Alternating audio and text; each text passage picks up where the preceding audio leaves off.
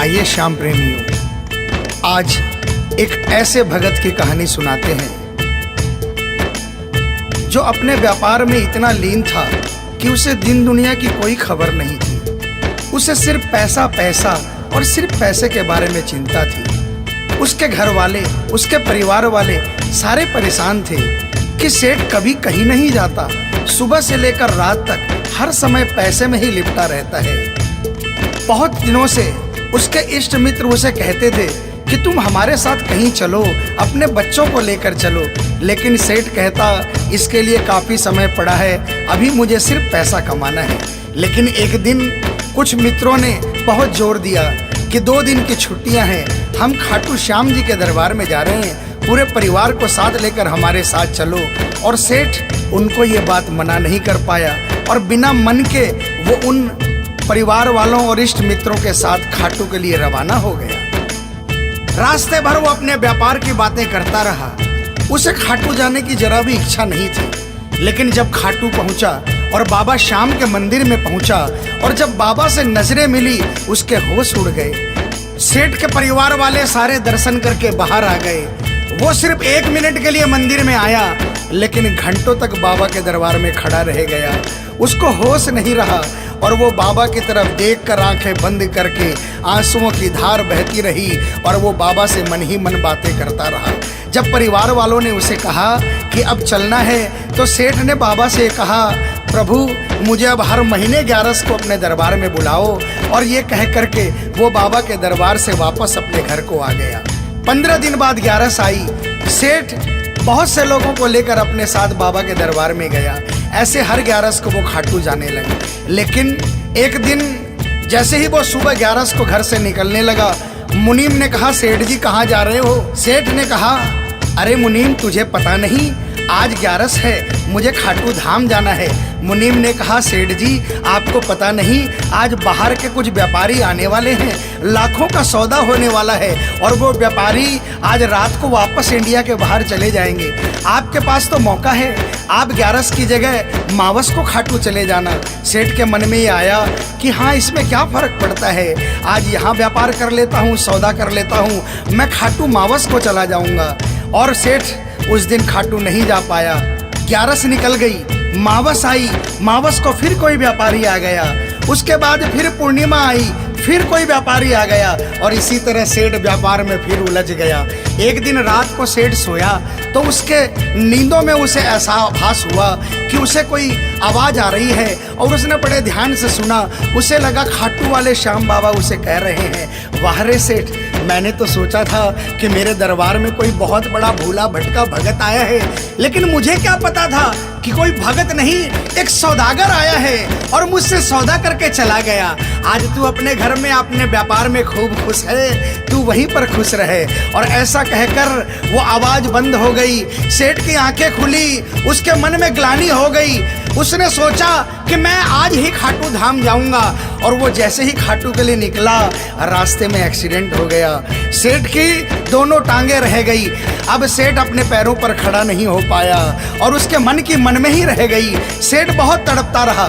एक दिन सेठ अपने घर के दरवाजे पर बैठा, आंसू बहा रहा कि मेरा बुलावा क्यों नहीं आ रहा, मैंने इतनी बड़ी गलती करी, मुझे बाबा के दरबार से इतनी दूरी क्यों हो गई।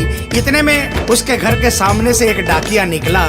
सेठ ने डाकिया को आवाज लगाई और कहा, ए डाकिया, तुम तो कलकत्ता, दिल्ली, बम्बई भक्तों का संदेशा लेकर जाते हो, लोगों के चिट्ठियां पहुंचाते हो।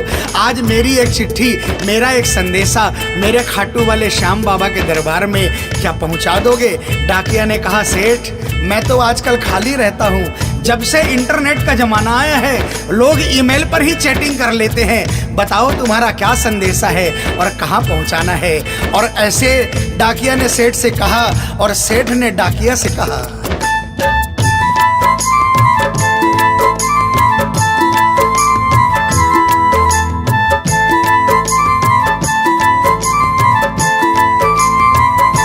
डाकिया जा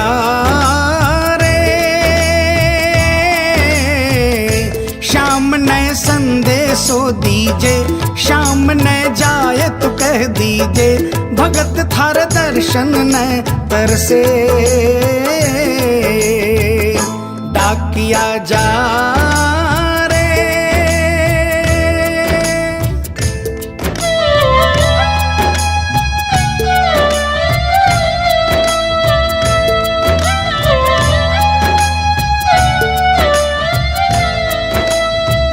डाकिया ने कहा, सेठ आपका संदेशा तो मैं पहुंचा दूंगा, लेकिन मुझे ये तो बताओ कि आपका संदेशा पहुंचाना क्या है, जहां मुझे संदेशा पहुंचाना है वहां का ठिकाना क्या है। और डाकिया ने कहा,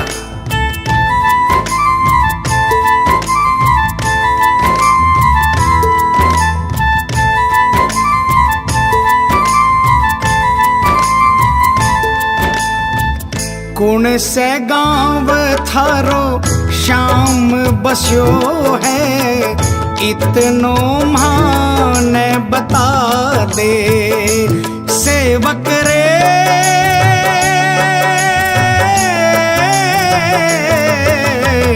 घर तेरे पास है कोई निशानी, माने तू दिखला दे।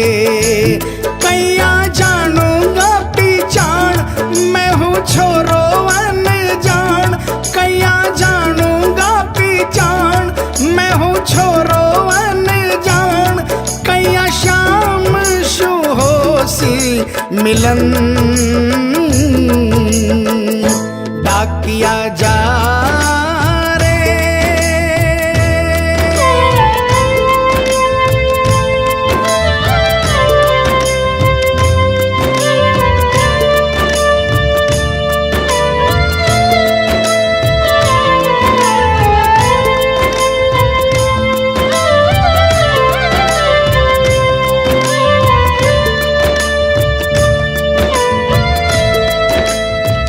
सेठ ने कहा, डाकिया मैं तुझे जिस जगह का ठिकाना बता रहा हूँ वहाँ ऐसा दरबार है जहाँ जो एक बार जाता है वो वहीं का हो जाता है। उस दरबार की खासियत है जो वहाँ पर पहली बार जाता है उसके काम बन जाते हैं। सुन वहाँ का ठिकाना क्या है।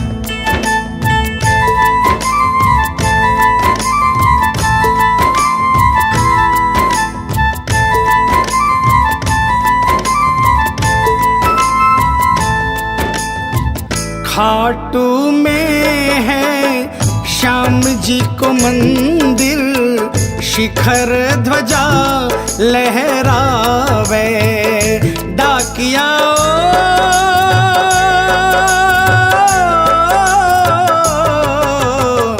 जोड़ी पर हनुमान बिराजे, सेवक चंवर ढुलावे। बाके नौबत बाजे द्वार, गूंजे हरदम जय जयकार। बाके नौबत बाजे द्वार, गूंजे हरदम जय जयकार। सज धज बैठो है श्याम सजन, डाकिया जा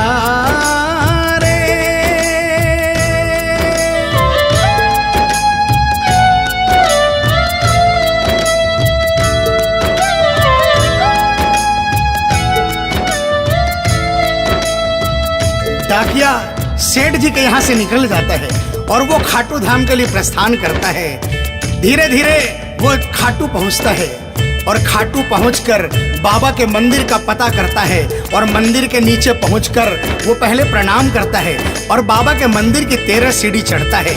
और वो बाबा के सामने पहुँचकर बाबा की तरफ नहीं देखता, पहले अपने झोले में से वो सेठ की चिट्ठी निकालता है और चिट्ठी निकाल के पढ़ने लगता है।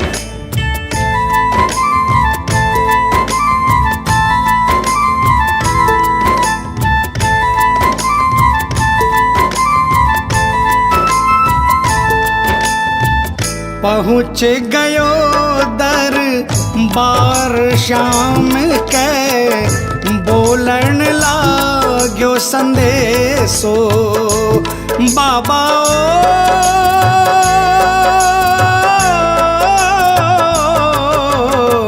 बन बैठो कद श्याम दीवानो, कुछ ना रयो अंदेशो।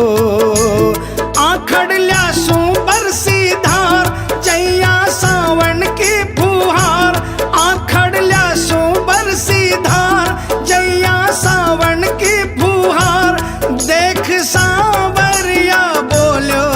प्रिय वचन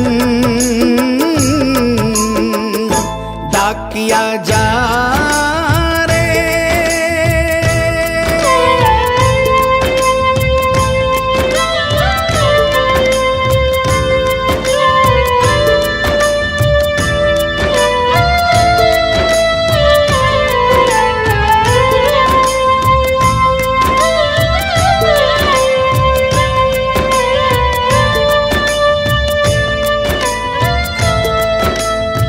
जो ही डाकिया ने सांवरे सेठ की तरफ देखा, उसके होश उड़ गए, उसकी आंखें बंद हो गई, आंखों से आंसुओं की अविरल धारा बहने लगी।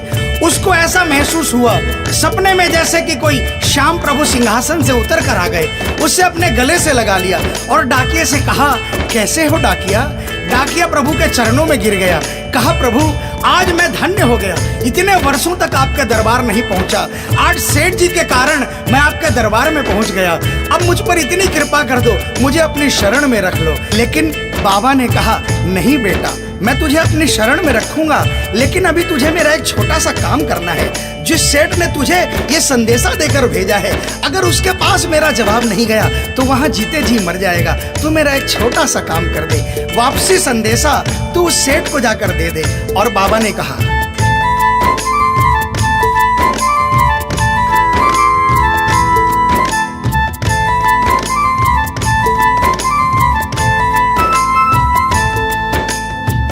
कह दीजिए तू जाए सेवक ने तेरो बुलावो आसी। सेवक रे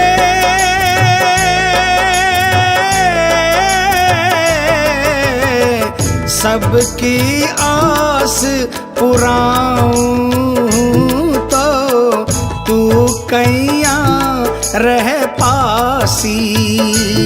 तेरी सारी जानू बात पूरी करशू मन की आस, तेरी सारी जानू बात पूरी करशू मन की आस। पर बढ़ा मेरे कानी कदम डाकिया जा रे। संदेशो सेवक ने दीजे, सेवकिया राह तेरी निरखे।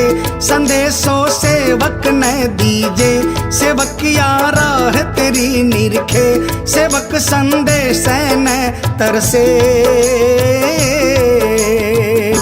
डाकिया जा रे।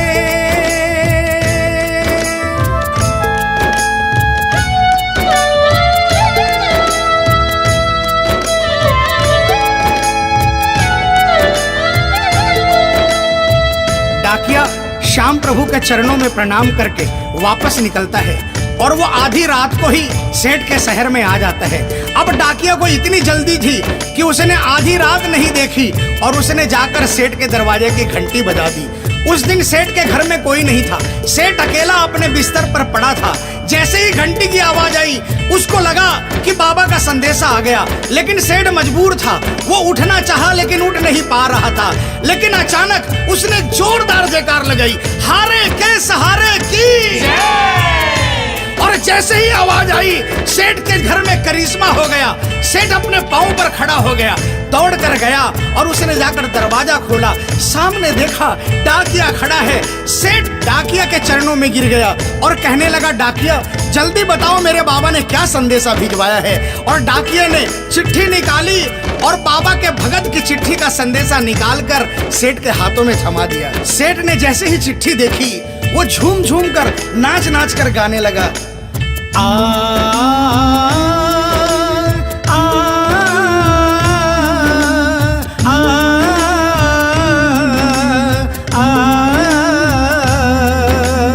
आ चिट्ठी आई है, चिट्ठी आई है, चिट्ठी आई है, चिट्ठी आई है, चिट्ठी आई है, खाटू से चिट्ठी आई है। बड़े दिनों के बाद मेरे श्याम धनी को आज, अरे बड़े दिनों के बाद मेरे श्याम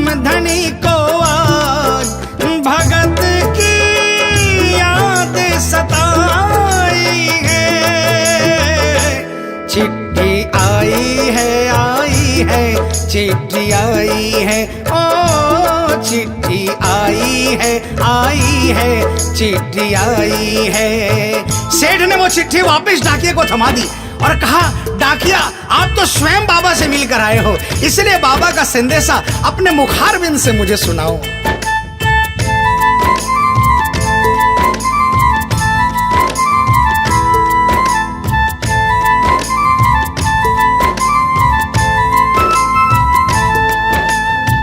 सुन संदेशो सांवरिये को, मनड़ो घणो हरसायो।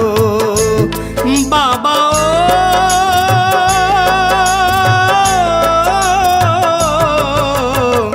बंध गया पाँव में घूघरिया सा, मन को मोरियो गायो। श्याम बड़ो दिलदार, हो जाओ लेवन ने तैयार। मारो श्याम बड़ो दिलदार, हो जाओ लेवन ने तैयार। महिमा गावे है कमल किशन, क्या किया जा। आप सभी श्याम प्रेमियों से जो कभी खाटू नहीं गए, जिन्होंने बाबा का नाम सुना है और जिन्होंने नहीं सुना, उन सबसे निवेदन, जो कभी खाटू नहीं गए वो एक बार हमारे बाबा श्याम के दरबार में पहुंचिए। ये वो दरबार है जहां हारे हुए को जीत मिलती है, जहां लोग हार कर आते हैं लेकिन हार कर वापस नहीं जाते, जहां हर हारे का सहारा होता है, चाहे कैसा भी कोई क्यों ना आता हो। बाबा श्याम हर आने वाले को गले लगाता है, उसको काम पूर्ण करता है और उसे खुशहाल करके अपने घर को भेजता है।